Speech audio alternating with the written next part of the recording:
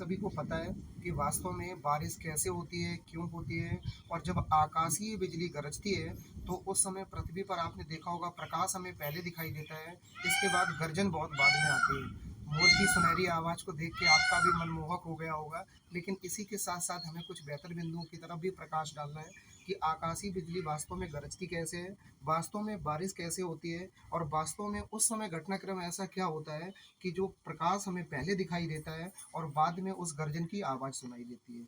इन सभी बिंदुओं के पीछे वास्तविकता पहलू क्या है, इन सभी बिंदुओं पर हम बारी-बारी से डिस्कस करेंगे। सबसे पहले हम उस महत्वपूर्ण बिंदु पर डिस्कस कर लेते हैं कि वास्तव में बारिश होने के पीछे का राज क्या है। जब आप देखते हो कि सामान्यतः कहीं भी धरातल पर पृथ्वी की सतह पर पानी भरा हुआ होता है, तो वो वाष्प और नमी बन करके हवा में उड़ जाता है। वो वाष्प बन के, वो नमी बन के जो वायु में विलीन हो जाते हैं। आवाज़ आपको गर्जन की भी हो सकता है, हल्की-हल्की आ रही हो। ये नमी के जो कण हैं, यहाँ से पृथ्वी की सतह से जो जल के जो कण छोटे-छोटे होते हैं, वो वाष्प के रूप में ऊपर चले जाते हैं। जब ऊपर चले जाते हैं, वो वाष्प में विलीन हो जाते हैं और उस समय वो बादलों में पहुँच जाते हैं। अब उस समय घटनाक्रम क्या होता है कि बादल हमारे 2 तरह से होते हैं, एक तो गर्म बादल होते हैं और एक तो हमारे ठंडे बादल होते हैं। जो गर्म बादल होते हैं और जो ठंडे बादल होते हैं, जब सामान्यतः ये दोनों आपस में एक-दूसरे से परस्पर संयोजित हो जाते हैं, तो आपने जैसे घरों में देखा होगा कि कढ़ाई में अगर तेल डाला जाता है, गरम कढ़ाई में, तो आपने देखा होगा अचानक से आवाज़ आती है या आप गर्म कढ़ाई में आप जब डालते हैं ठंडे जल को भी डालते हैं तो उस समय आप देखते हैं अजीब सी आवाज़ निकलती है। सेम उसी तरह का घटनाक्रम होता है बादल में भी कि जब गर्म बादल और ठंडे बादल दोनों एक दूसरे से परस्पर संयोजित होते हैं, तो इस दौरान एक बहुत भयानक ऊर्जा उत्पन्न होती है, जो हमें तेज गर्जन के साथ चमकती हुई बिजली और आकाशीय बिजली के रूप में हमें पृथ्वी की सतह पर दिखाई देती है। सामान्यतः हो सकता है ये बिंदु अभी स्पष्ट ना हो पा रहे हो, तो जरा बारीकी से हम समझाने की कोशिश करते हैं।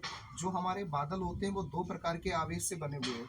एक धनावेश होता है और एक ऋणावेश होता है। जो धनावेश है और जो ऋणावेश है, दोनों परस्पर एक दूसरे से जैसे ही संयोजित होते हैं, तो इनकी टक्कर के पश्चात इतनी विशाल मात्रा में ऊर्जा उत्पन्न होती है, जिसमें प्रकाश के रूप में हमें प्रकाश भी दिखाई देता है और जिसमें विद्युत भी हमें दिखाई देती है। ये दोनों प्रकार की एक्टिविटी दिखाई देती है। लेकिन जब आप वहीं सोचते हो कि सर ये ऊपर से जब पानी पृथ्वी के नीचे कभी-कभी क्यों आता है, तो इसका जेन्युइन रीज़न यही है कि जब ऊपर के टेम्परेचर पे प्रभाव पड़ता है, जब ऊपर का तापमान बदलता है, तो तापमान परिवर्तित होने के कारण कुछ बादल धनावेशित और कुछ ऋणावेशित, यानी कुछ बादल गर्म और कुछ बादल ठंडे होते हैं और जब दोनों परस्पर संयोजित होंगे, तो इनके संयोजन के फलस्वरूप जिस प्रकार की ऊर्जा उत्पन्न होती है, हमने बताया यह 2 रूप से हमें प्रमुखता से दिखाई देती है, जो कि एक तो प्रकाश के रूप में और एक हमारी बिजली के रूप में। अच्छा, जो बिजली आती भी है वो हज़ारों वोल्टेज की बिजली होती है, लाखों वोल्टेज की बिजली होती है, जो सिर्फ़ आवेश से उत्पन्न हो जाती है। यानी आवेश को आपने पढ़ा होगा 12th क्लास के चैप्टर में, 10th क्लास के चैप्टर में, यह 2 वस्तुओं को रगड़ने से परस्पर उत्पन्न होता है। इस संबंध में विभिन्न प्रकार के आपने विचार पढ़े होंगे।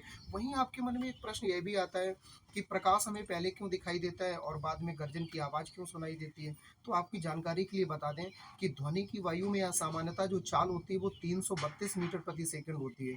वहीं अगर हम बात करें प्रकाश की चाल की, तो प्रकाश की चाल सामान्यतः 3 गुणे 10 की घात 8, यानी कि आप इसको अंदाज़ा लगा सकते हो लगभग 300 मिलियन। जी हाँ, लगभग 300 मिलियन प्रति सेकंड की स्पीड से प्रकाश चलता है और वहीं पर जो आवाज़ है वो मात्र 332 मीटर प्रति सेकंड की स्पीड से चलती है। इसलिए पृथ्वी की सतह पे हमें प्रकाश की चमक पहले दिखाई देती है और आवाज़ बाद में सुनाई देती है। इन दोनों के उत्पन्न होने के पीछे बेसिक सा रीज़न यही है, आकाश में बादलों में टक्कर होना और इन टक्कर के फलस्वरूप आवाज़ और बिजली उत्पन्न होती है। बारिश के होने के पीछे का जेन्युइन रीज़न ये है कि पृथ्वी की सतह से जो जल होता है वो वाष्प के रूप में ऊपर उड़ जाता है और जब टेम्परेचर ऊपर का चेंज होता है, 2 अलग-अलग टेम्परेचर के बादल आपस में टकराते हैं, तो टकराने के फलस्वरूप विशाल ऊर्जा भी उत्पन्न होती है, इसके साथ बूँदों के रूप में पानी भी नीचे आ जाता है। वहीं आपके मन में एक प्रश्न आया होगा कि सर जब बारिश हो रही होती है, आप देख सकते हैं इतना सुनहरा सा बादल हमारे चारों तरफ आपको दिख रहा होगा और ये दौर अभी बारिश का ही चल रहा था, अभी थमा नहीं था और इसी दौरान मेरे मन में प्रश्न आया कि आपके मन में उठने वाले उन बिंदुओं पर हम डिस्कस कर लेते हैं। हालाँकि आकाशीय बिजली के संबंध में अगर हम आपसे बात करें तो वास्तविकता में ये बहुत खतरनाक है हमारे लिए। इससे बचने के विभिन्न उपायों के संबंध में हम आपको थोड़ी देर में अभी आने वाली नेक्स्ट वीडियो में ज़रूर आपको इस संबंध में बताएँगे। लेकिन आपके मन में एक प्रश्न आता होगा, सर जब बारिश होती है उस समय आसमान में इंद्रधनुष और ये बादल हमें सफ़ेद सफ़ेद क्यों दिखाई देता है? इन दो कॉन्सेप्ट के पीछे का लॉजिक क्या है? जबकि हमें बताया जाता है कि वास्तव में आकाश का जो रंग है वो काला है, लेकिन प्रकीर्णन के कारण नीला दिखाई देता है। लेकिन इसका जेन्युइन रीज़न क्या होगा इस संबंध में कि बारिश के समय में हमें सफ़ेद क्यों दिखाई देता है? तो आपने एक स्कैटरिंग ऑफ लाइट नाम की एक एक्टिविटी को सुना होगा, जिसको हम प्रकाश का प्रकीर्णन नाम से जानते हैं।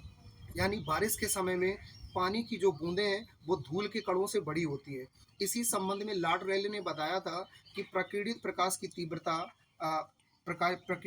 की तीव्रता उसकी तरंग दैर्घ्य पर निर्भर करती है। अर्थात सरल भाषा में अगर आपको हम बताना चाहें, यदि जितना बड़ा कण होगा प्रकीर्णन उतना ही कम होगा। जी हाँ, आप बिल्कुल सही सुन पा रहे हैं।